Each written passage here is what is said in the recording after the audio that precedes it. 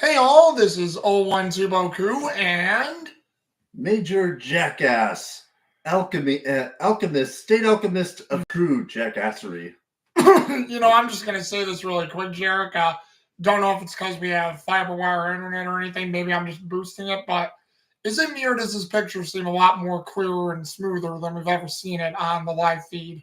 A little bit. So maybe that is part because I don't remember us being. Maybe it's the time of day, but I never remember seeing this. But anyway, folks, sorry because a few weeks ago I just got fiberwire internet, so me and him have been like irking out over the higher speed, because definitely makes a difference if you can get fiberwire and afford it. Aces, but he's gonna give you his take on episode 14 of Fullmetal Alchemist, the original, The Destruction's Right Hand, which I did the short review yesterday, which only one person has seen so far. But again, not gonna hold it against you guys because I know our stuff always seems to be a bit of late bloomering, possibly, but I don't mind it because you guys have definitely taken an interest in what we've done, and we have noticed subscribers have gone up and views have gone up. So thank you for that. But Jherick is going to give his take since you guys heard most of my take and the short take I did yesterday. So take it away, Jherick. Well, it's been a crazy couple of days for the world, so we kind of understand, But of course, this is another great episode because we get my boy, Major Louise Alexander Armstrong, showing up to grace us with his magnificent artistic alchemy. This beautiful artistic alchemy. You almost have to love that the way he speaks is just as crazy and over the top as everything else he does. I love this man. He looks like he looks like he could be an absolute fucking beast of a wrestler, and he's just the sweetest little cupcake of a man. Well, and I know you're gonna probably mention him by name, but I'll just mention right here because no disrespect to and it is still the same actor in Brotherhood. I haven't matched up every actor's completely yet, but I know Kenji Utsumi is still the guy who does him in Brotherhood too. But Kenji Utsumi, who does Alex Louis Armstrong, is great. But I mean, no disrespect to you, Mr. Utsumi, you do a great role, but I always have to give the edge to Christopher R. Sabat. He's a legend in our voice acting community over here for America or Canada, depending on where he's from.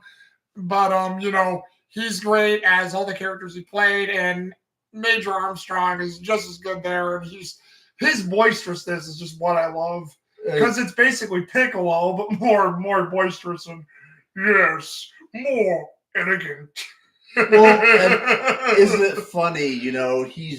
He's best space daddy in Dragon Ball Z, and then in this series, he's kind of best uncle in this series. Yeah. Uncle, and I would say all around good hand to have. Yeah. And honestly, I love this guy almost as much as Hughes because even, being as speared bald as he is, he's so over the top anime. He's still got that little cowlick ahigo of hair. Yeah. And it's kind of like with Saber, where like if you pull that shit out, she turns evil, or in his case, you pull that out and you're just going to get a very sad man. But in this case, he's too manly. He's too, what's the word? He's too Chuck Norris, but anime for that shit. Well, and let me ask you this, because I had to say, I mentioned this in the short review, so I'll come out and just bring it up to you right now because I was curious, because I brought this up to our fans yesterday, is that in Brotherhood, where they know they're chasing the Elrics, because you have Scars there, shows up right after he kills Shao Tucker, and they all show up, and the whole military shows up to save the Elrics. That's pretty damn cool in itself. But do you actually like it in this one, where we find out later in the episode he was there at the behest of Colonel Hughes, not Roy Mustang, mind you, Colonel Hughes, who said to watch them, and was there having their back? Because I told people I liked that a little bit better, where, like you just said, the uncle was there to protect him, but where their sort of surrogate father figure in Hughes, and it would have been cool if Roy did it, but it was much cooler to me that Hughes did it, because I said you could see in the original where it establishes the relationship between Hughes and the Elric brothers a lot more. And I mean, come at me, people. You could say it was better in Brotherhood. No, Hughes was dead by episode 10. All right, no. No. And plus, what I like about how they did it in this version better is it kind of shows that, so you do, you do like it better, okay? Because it kind of shows, like the whole Colonel Mustang collective is, they're all working together, but they're still autonomous people, and it shows that Mace Hughes, being Mr. Intelligence Officer, probably figured, hey, I have an idea. I know where these kids are going to go. Who are they going to look for? They're probably going to need extra protection. So let me send the biggest muscle we have. And you know what? You're absolutely right about that, because you probably know this too. But when you think about it, Mace Hughes did it covertly and told Major Armstrong not to let them know he was there, because he probably knew from the previous episode when they were talking about Marco, Bosgrom was going to make a move, which I told you guys he did. It's like he followed the Elricks there, to where the Elricks didn't know they were being followed, and then they knew Major Hughes was there, but they didn't know who Major Hughes was for, because, like I said, Major Hughes ignores Marco and the Elricks completely and goes right for Scar. Well, exactly, because his attention's on like two major things. It's on Scar and it's on his rival Roy Mustang. So it would only make sense, the easiest way to basically try to subvert him and keep the Elric safe would be to have somebody else in the clique send the protection instead. Because if it's Roy, he's going to find out about it sooner. And it's just kind of a neat touch because, again, it really touches on the idea that Hughes is pretty much kind of the brains of this operation. He's the Blue Ranger. He's Mr. Yost. And he really is, because to compare it to Brotherhood, the only connection we really get with Hughes and Mustang and Brotherhood about them helping each other with power was the scenes in the War in Ishval. This show sort of sets it up that they've sort of had a tandem thing. For what, not to say, again, that Brotherhood is bad, guys. For everybody who say that me and Jherick bash Brotherhood, we like Brotherhood, we do. But Brotherhood is, come at me again, simplistic a little bit. Well, and this one kind of has almost like a spy thriller dynamic with it. Yeah. Because they don't outright imply it like in all the previous ones we've talked about, but in every operation where Mustang has pulled off a good like one up on Bosgrov, you always see that Hughes is there, and it's always kind of implied that he was there on official duty.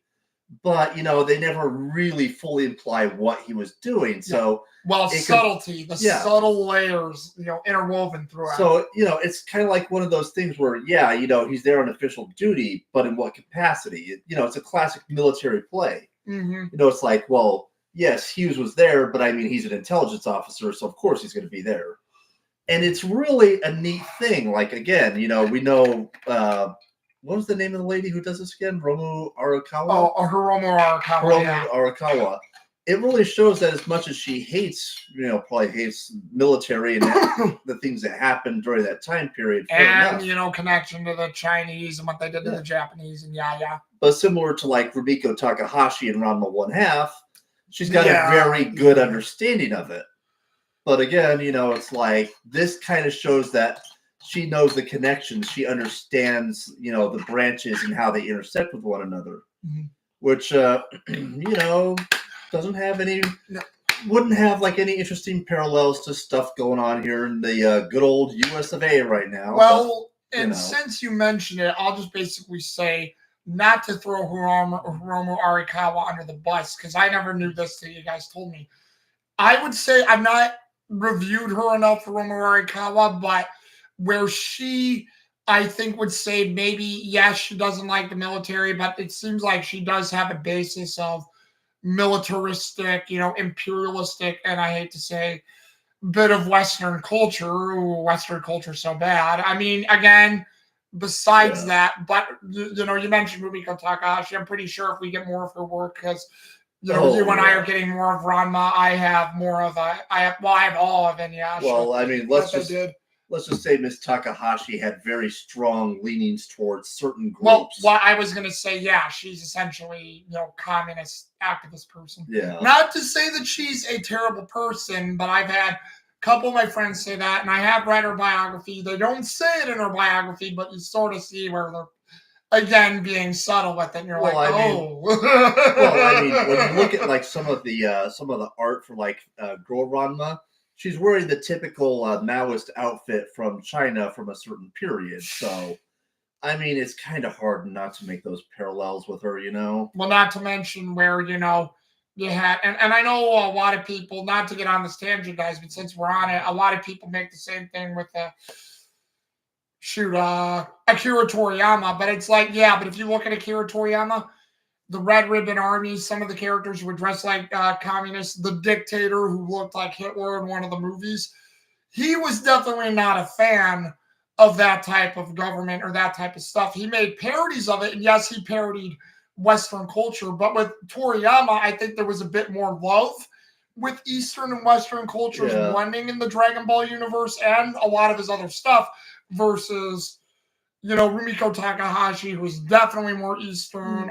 Hiromu Arikawa, you can tell, like I say, maybe she isn't a huge fan of Western culture. You can sort of tell with how they, upset Amestria and, well, not upset it, but how they talk about Amestria. Again, not so bad in the original here. There is some subtle stuff, but it's not so bad. But yeah, Brotherhood, the political implication is, I mean, it's good. Don't get me wrong. The political intrigue is excellent in Brotherhood, but it's just like, after seeing some of these episodes, like again for the second time, I'm like, wow, I can't believe I missed that. Holy crap, what is going on here? Oh Well, my god. let me put it this way. Look at how easily the Red Ribbon Army got its ass kicked by a little kid in OG Dragon Ball. I mean, come on.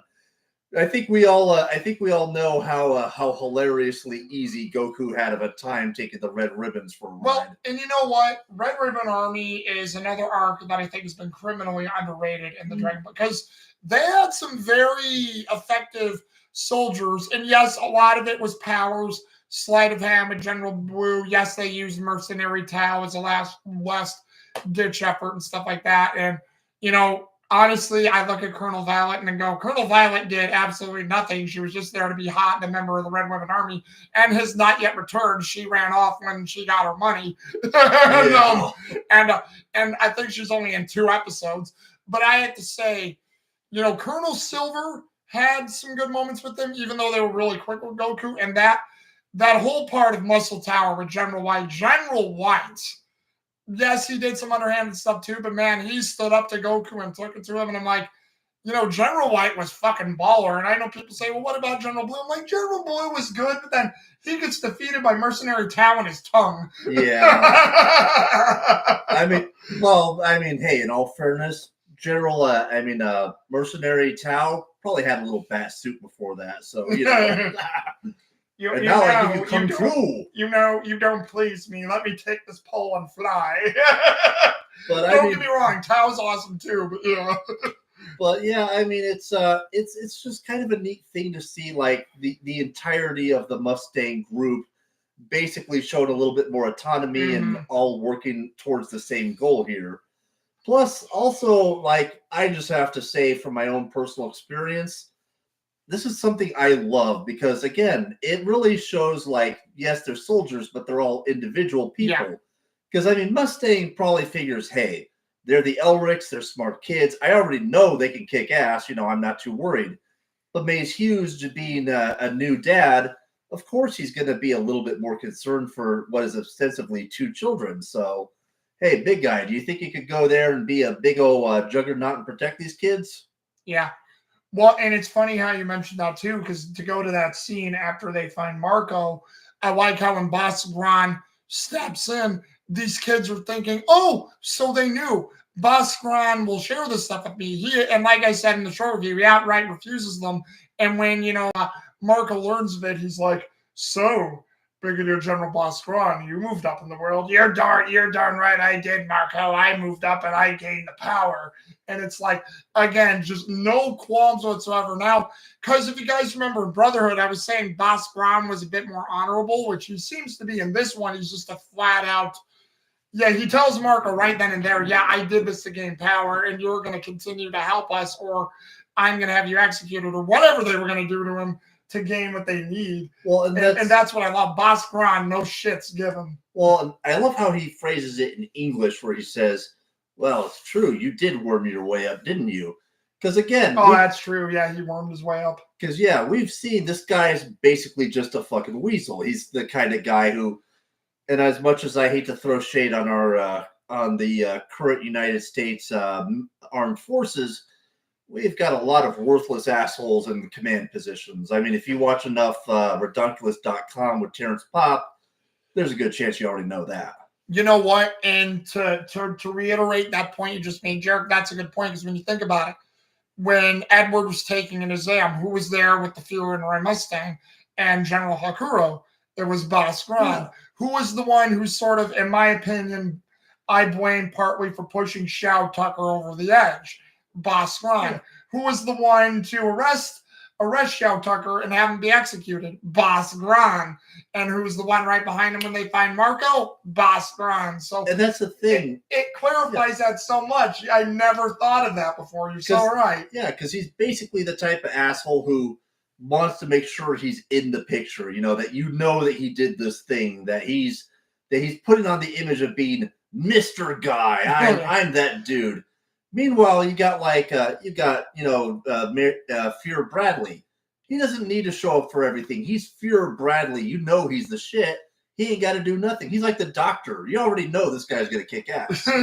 Boss Gron, on the other hand, this is the worm who needs you to see him there. Well, I wish they would have had this with Fuhrer Bradley. I know it would have been comedic, but they wouldn't do it. But he's like that Japanese guy in The Simpsons. Well, look at that general guy with the eye patch. He's not doing anything there. He's just standing there not doing anything. You know it's going to be good. Come on, Homer. Yes! And then you just hear 2 slices. Oh. Or like the SpongeBob meme. Major Fuhrer Bradley's just standing there menacingly, but also kind of sweet. Oh, he definitely has more of that in this one than he does in Brotherhood, that's for sure. I mean, that's kind of the thing, it's like the Batman effect. Batman doesn't have to do shit to you. He just has to tell you he can do shit to you, and he's serious. I have to say this to you, because that's one thing that got me with both Fuhrer Bradley and Brotherhood in this one. He does seem almost like a bizarre superhero archetype, even though he's a villain. Yeah. Because I always look at him and go, if you age him again, like they say he is late 60s or early 60s to 50 years, he can almost look like Bruce Wayne with the missing eye. Yeah, and I mean it's kind of just on that level, because I mean we know, from personal experience, Fuhrer Bradley, we know what this guy can do, we know what he's gonna do. But as the audience, watching it the first time, or heck, being in the military, it's like this guy's the king. Most people don't really know or understand him. You just understand he had to do some crazy shit to get there. Which is why, I'm not going to fuck with this guy, because I know he must be capable of something, but I don't know what it is yet. Well, and what's funny is the fact is, in this episode, we don't know if Fuhrer Bradley did this himself or that this was all Boss Gron, because you notice how, like you said in this episode, we have Mustang and Hughes talking, where maybe they planned this together. This was all Hughes with the Jhericks. But again, was it Bradley who set Boss Gron, or was this Boss Gron himself? I love that dynamic that we don't know who, which again, if you guys know Brotherhood, you know who Bradley already is. And that's why I say with this one, they don't tell you right away that Bradley's a bad guy. And I love it, because this one makes you want to like Bradley so much that this guy's a stern military leader in general and dictator, because it's a militaristic state, and but I mean, again, this is why I was so disappointed when he turned out to be what he was, because he was just he has this air of coolness about him that I loved, that I thought maybe this guy will be who we think he is, and then it's like boink. Oh. Well, and again, it's kind of like the what's it called? It's kind of like the Master Roshi effect. Like, he's the guy who trains Goku and Krillin. Yeah, he acts like a goofball, but we've seen multiple instances where Roshi just says, "Fuck it, screw my damn limits. They can go to hell." And then to make that mention of Dragon Ball again, not that we're on Dragon Ball, because I'm pretty sure we'll talk about this when we do Dragon Ball. The whole reason he does Jackie Chun is to not get.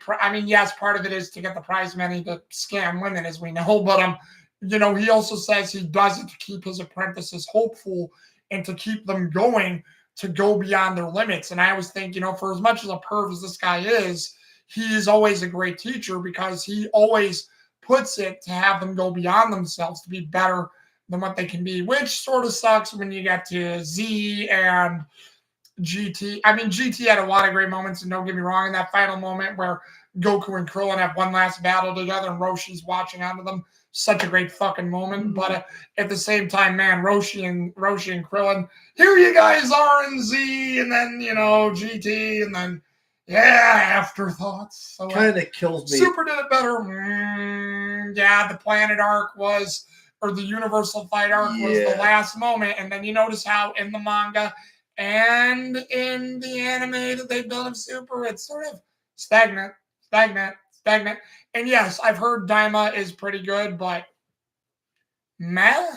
Yeah, well, I'm not really caring at the moment. We'll reserve our judgment on that one, And well, now that they've had, again, fucking spoilers up the ass. Sorry for saying it like that, guys, but spoilers up the ass. We now know. Oh, so this is why they turned into kids. It's the demon realm. Yeah. Sorry for spoiling it for everybody, but all you need to do is look at YouTube for everybody who's been reviewing the damn episodes.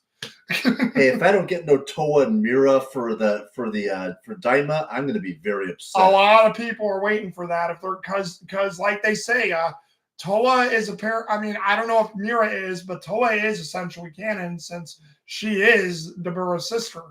But anyways, there's also another possibility with how Bhaskaran found out, because given what we've seen up until this moment, it could have been lust.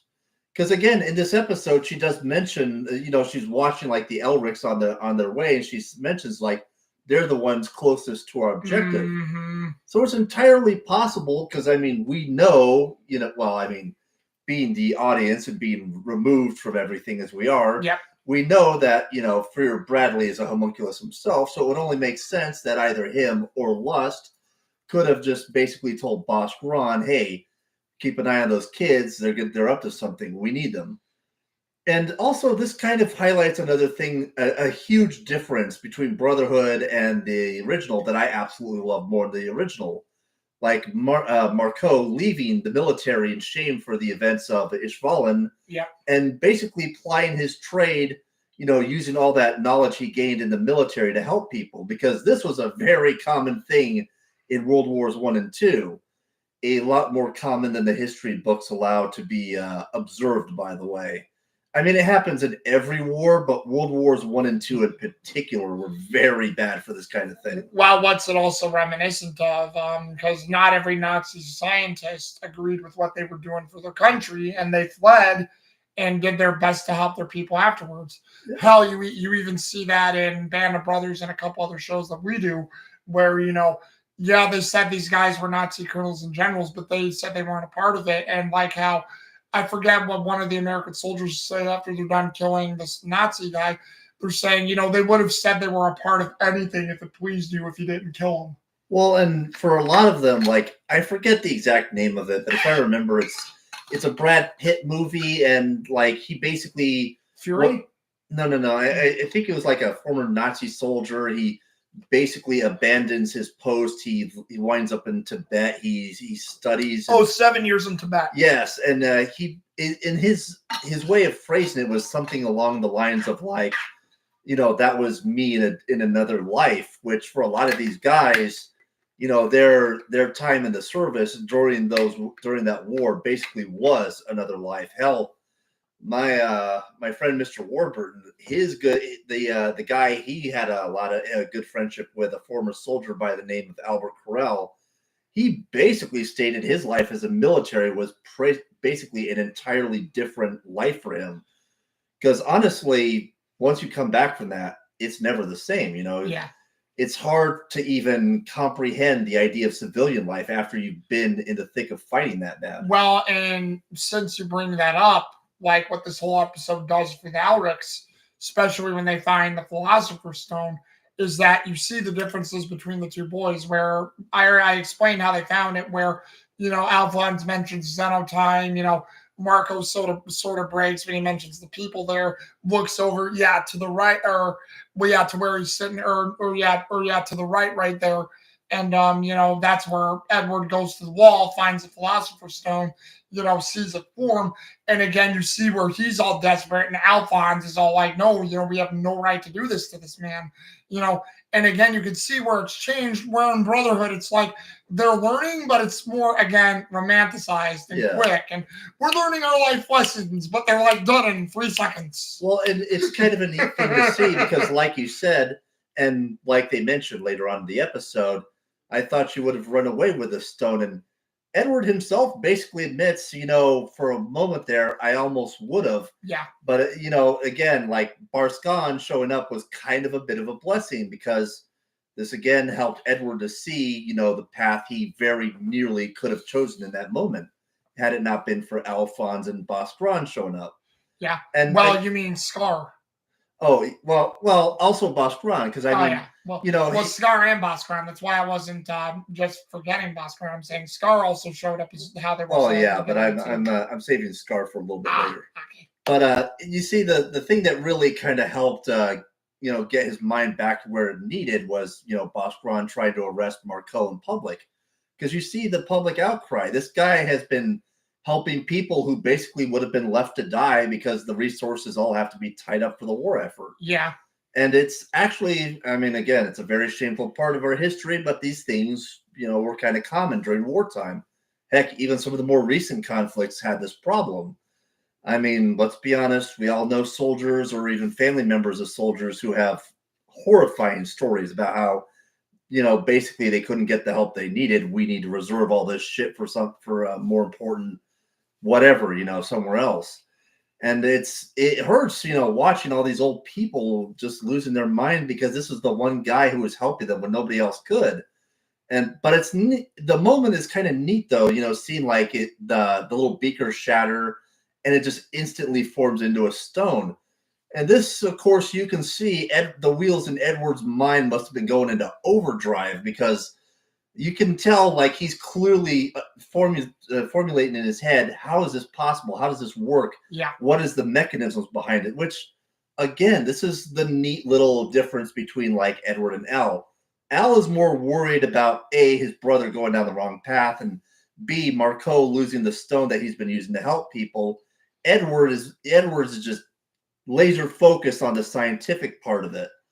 But again, all it took was like Marcon making the wrong move and he's back to where he needs to be. And then we get the moment that kind of justifies all of this. Scar. And this people is one of the biggest reasons why I love this version of the show more than Brotherhood, because Brotherhood, it was kind of neat how we get to see like Scar, how should I put this? Before he's really truly coming into his own with like the arm of destruction. This Scar, on the other hand, we know has had more time to practice, and it shows the cleverness, the directedness, like Brotherhood Scar, I would almost liken to being like Darth Vader, where it's more like a very powerful and control explosion, like not really directed, like a grenade, really. You pull the pin on it, you throw it, it does a huge amount of damage within a certain area, but it's not really a focused or controlled destruction.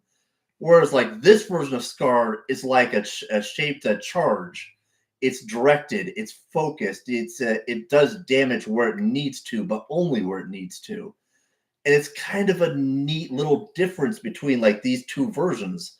This version of Scar has been practicing, he's been training, he's been taking on these alchemists for years.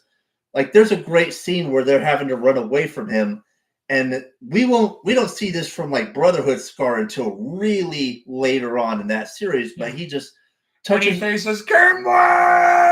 Yeah. And he touches the wall, and you can see that he's focusing the destruction in a direction. He's avoiding like widespread destruction and only using it in the way necessary to get what he needs. And I also love it because the way he does it, like the cracks look like a dead tree. Like if you've ever seen a lot of people's depictions of hell, all the trees are dead and they look like dead arms raising up to heaven, never to be answered. Or, if you want to take it another direction, it kind of looks like the the Kabbalah, the tree of life from Gnostic texts with the 22 branching paths.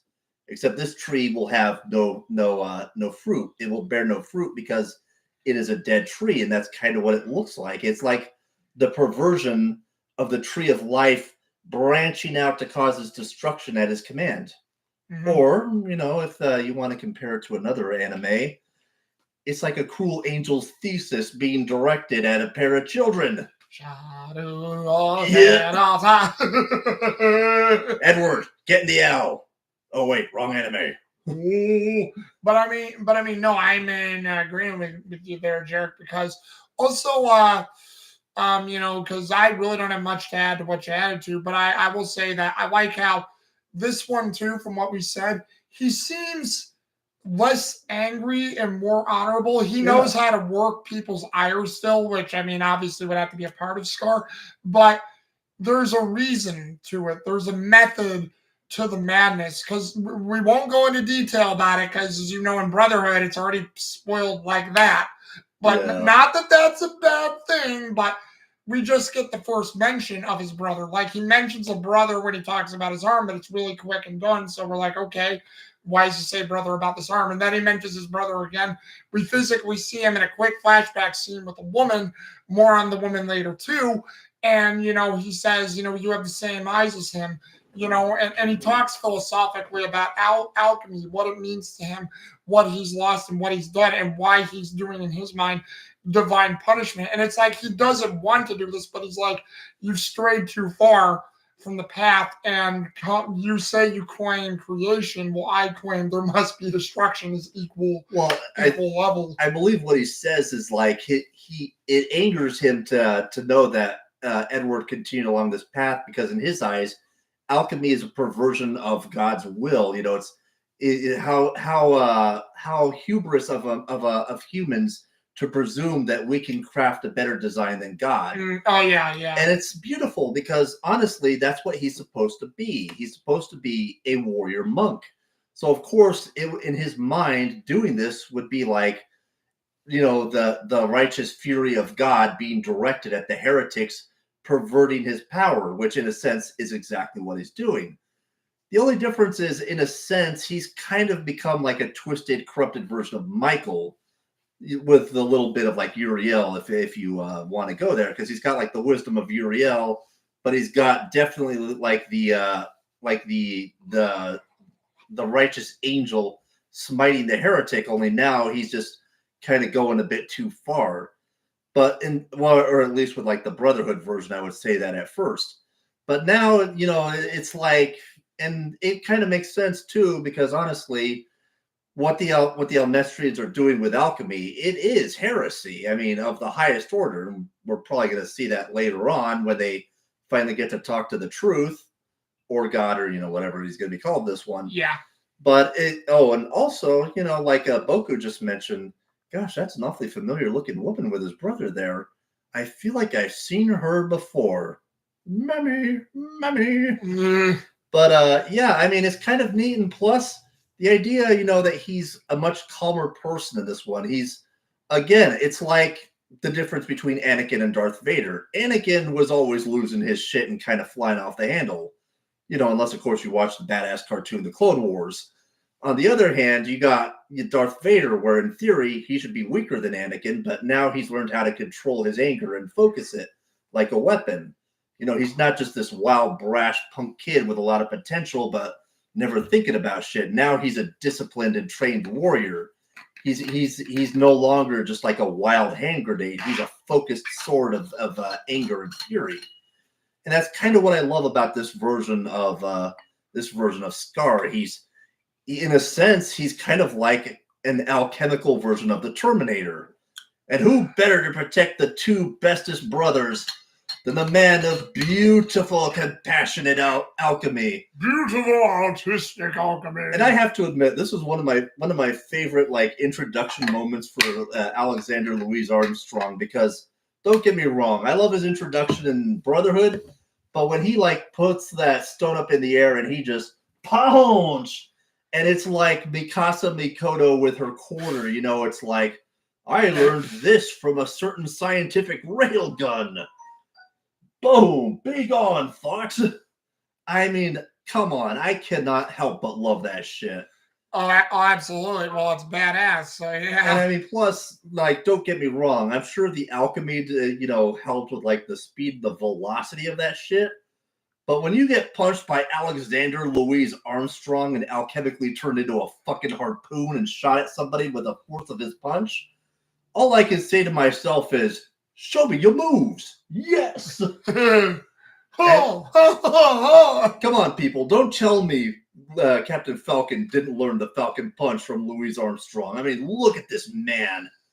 I mean, seriously. I know I said before, the Now You're a Man AMV into this dude was, but come on. Now it's just like, we need a whole movie of that. We just need a whole AMV movie of Alexander Louis Armstrong. Just, now you're a man. A man. I mean, come on. Yeah. It so fits for him. Well, heck, they even have him in the intro where he's in his shirt and he gets her dom and he's all like posing. Now, I'm not saying, internet, do your thing, but we need I'm Too Sexy for My Shirt AMV Alexander Louis Armstrong edition. Come on. Well, indeed. But it's a great introduction. And of course, in the typical beautiful alchemical style, I just love the way this dude does everything. The floor spikes, the fucking harpoons being punched at him. This is just Alexander Louis Armstrong proving that if he doesn't become a berserker servant in Fate Grand Order, we're gonna have words, Nasu. We're gonna have words. My boy deserves to be in Fate Grand Order. Because, I mean, come on, this dude in Hercules, tell me that shit wouldn't be the most unkillable strat ever. Seriously, put him, Ku, and Hercules on a team, you will never need a healer again. But it's a great moment. And plus, it kind of ties into the beginning of the episode where we see Edward telling Alphonse to hide in that bale of hay, Assassin's Creed style. When they see that soldier, it's like, see that guy? He's a state alchemist. I bet we've been followed. And it makes sense, because of course, how else would a little toady like Boss Ron find out where Marco is unless he was spying on the Elrics? And the fact that Edward already had an idea in his head that somebody was going to be spying on them, again, shows that Edward may not know everything about, military life yet, but he is learning. Well, he's got genuine street smarts. He just didn't know it was Boss Ron following them. And it's just a neat thing to know that the second Louis Armstrong shows up, he makes the connection. Did Mustang send you? Mace Hughes sent me, actually. And again, best daddy ever. Yep. We need more Hughes, but we all know that's not in the cards, sadly. But at least not permanently. But it's again, it's another nice touch showing just how well this show handles everything. Mm-hmm. And of course, the last thing I really need to touch on is the wonderful scene of Edward and what's his name telling Marco, Alphonse. Well, I mean, when he's telling him we need to get you out of here, Yeah. And he gives him back the stone. It's like, it really shows how far he's coming because, and also just from my own perspective, he's probably already started to figure out how the crystallization method worked just for the small amount of time he observed the stone. But knowing that, I could probably already do this, I just need a little bit more information to work with, so this would be better in your hands. Because again, look at how happy he made the people with what he was doing. And we know Edward's going to figure it out eventually. I mean, come on. This is Edward Elric. This is the man voiced by the anti-bitch pasta himself. He's going to get this. We know he will. Yeah. So it's like, let the man have his stone because eventually, this guy's going to do good shit. We got another mission. We'll figure it out. And we know they will. I mean, come on. It's Fullmetal Alchemist. It's going to happen. And it's just neat for him to give him the same kind of pep talk and speech that he gave Rose. And seeing him start to get the message, it's like, well, you got two legs, don't you? And it's, again, Romu Arakawa may not be my favorite writer in anime, but she is a damn good one. I mean, honestly, I I would say she's pretty close to being like holy trinity of anime writers, right up there with like One Piece and Bleach. Because yeah, Bleach is pretty well written. Oh yeah, Taite Kubo. Oh yes. Well then, all right. If that's where you're leaving it, just for characters. I mean, given how you talked about, it, I think I could tell who you gave. Who were your favorite characters in this one? Yeah, I mean it's kind of obvious. Let's just be honest. I mean, heck, I might even have to disqualify Mr. Manana because we know he's going to be one of the best. Yep, which I had him in mind, but I mean, yeah, that's because he's good along with Aaron Dismuke, who played Alphonse. But I mean, having said that, I'll just say the scene in the house where he sees the stone turn from liquid to a crystal, that was some great work there, Mr. Manana. Yeah. But also, of course, I have to give it up to the beautiful voice acting of Mr. Armstrong. Yep, Christopher Sabat, Kenji Utsumi. Which, I mean, again, a little weird that he's got like one of the most subdued performances as Piccolo, and then he's just absolute uncle and secondary daddy in this one. Bolsterous, just like soldier who's like so emphatic. Gaze upon me and no happiness, boys. Yep. There's of course, I have to give it up to Scar because I mean, very subdued performance. Damian Clark, Ryutaro Okayayu. I mean, subdued performance, but honestly, that's kind of what I love about it. It's like the calm before the storm. And let's be honest, we know how much of a storm Scar is going to cause in the future. So it's kind of nice to see this. And of course, for third place, I absolutely have to give this up to Al, because Al's a unit. Yep, Alphonse, Aaron Dismuke, Rie Kugamiya. I mean, there's just no denying it. Alphonse, I mean, he really is just a bigger thing in this show, and I love it. Yeah, well, and again, the voice of reason. But no, overall, you got any final thoughts? I mean, there was so much in this I could honestly gush for hours and hours. But as a last thought, I really love the reaction of all the townsfolk where they're talking about how Marco helped them when they see him getting arrested.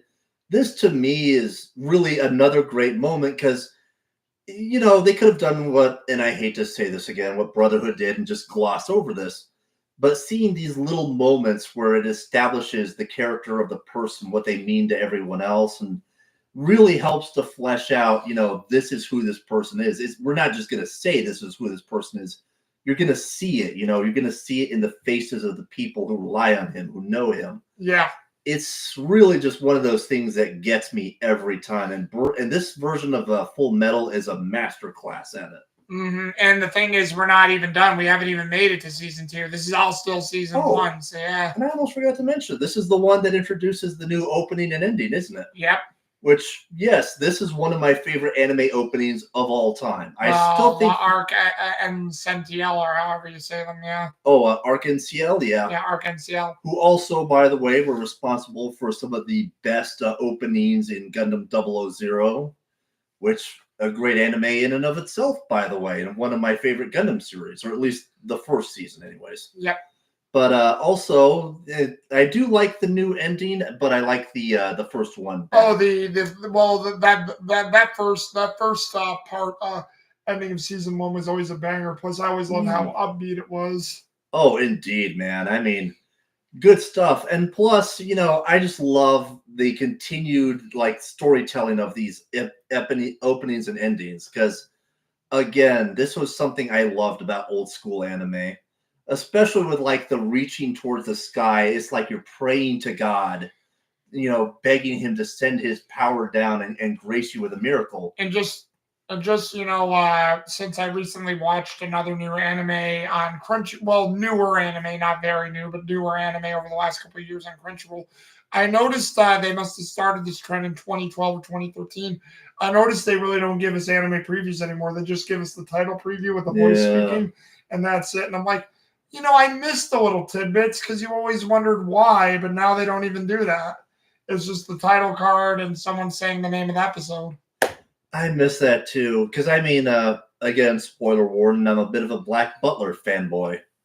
Yes, come at me, Glass Reflection. I think it's a great anime and you're full of shit. Deal with it. Oh, that guy. Yeah, no worries. But hey, that is the review So what do you guys think? Jherick's take with a little mind thrown in. So just leave your comments down below, and we'll talk to you guys again later. Just let us know what you think, because obviously this is getting some traction and attention, and honestly, it must have, because even the original show has gotten people reviewing it, and I wish I could find better thumbnails online, but how they make that hard. But until then, Owen Boku. And Jherick the Jackass. And we'll see you guys again later, right? See ya. Deuces. Another worthy review.